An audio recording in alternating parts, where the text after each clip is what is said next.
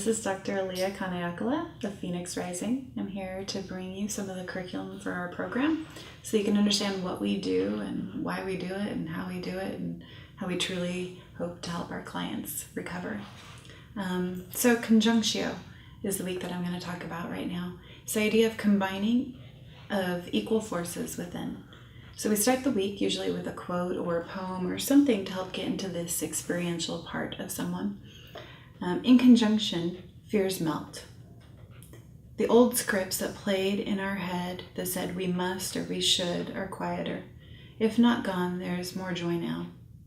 We begin to see the world more clearly. The acts we do choose to engage in, even the mundane acts, take on a greater delight. So a little bit of the essence of what the week's about. When we go into our day of understanding addiction, it's to open the heart by embodying self-acceptance. So we look at that in correlation with addiction, the struggle. And I found an article by Jeff Foster on addiction, the search for unconditional love. So we have a discussion about looking for something that's unconditional and how addiction takes that need and plays into it. On the day that we do perspectives, we talk a little bit about Carl Rogers, who all the therapists out there understand is part of the basis of humanistic therapy. And so we talk about self-actualization and to understand all the equal forces within the individual. When we go into relationships, this is one of my favorite exercises to do with clients, we do the Johari Window.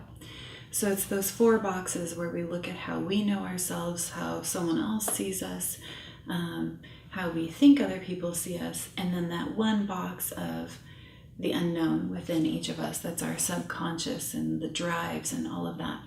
So we talk about it, we give them a handout, and we look at it, and then we have them usually do an art project.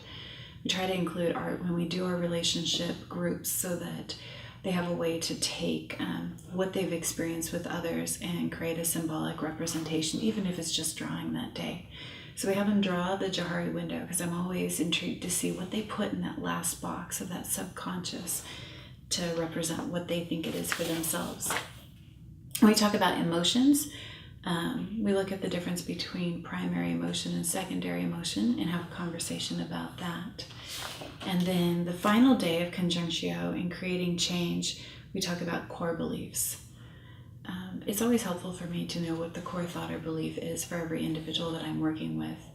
If they believe that they aren't important or not worthy or invisible or not heard, not lovable, because that core thought or belief will help us understand what triggers them and what will be a larger trigger that could drive them towards addiction versus being able to stay in their recovery. That someone cutting them off on the freeway can be no big deal to one person, yet be huge to the person that feels that they're not seen, the person that feels invisible. So anything that happens in their life that then attaches to that core thought or belief within will have a bigger impact on creating perhaps a desire to relapse. So we look to find what those are for our individuals and give that to them, help them understand it so they can take it forward and always almost be aware, like, no, that touched a core thought or belief, I'm okay in the here and now. So that's Conjunctio. Again, any questions on it, any conversation you'd like to have, anything that you think could go with the curriculum, we are always open for feedback here. So we just want to help people rise above their addictions and have a better life. Thank you.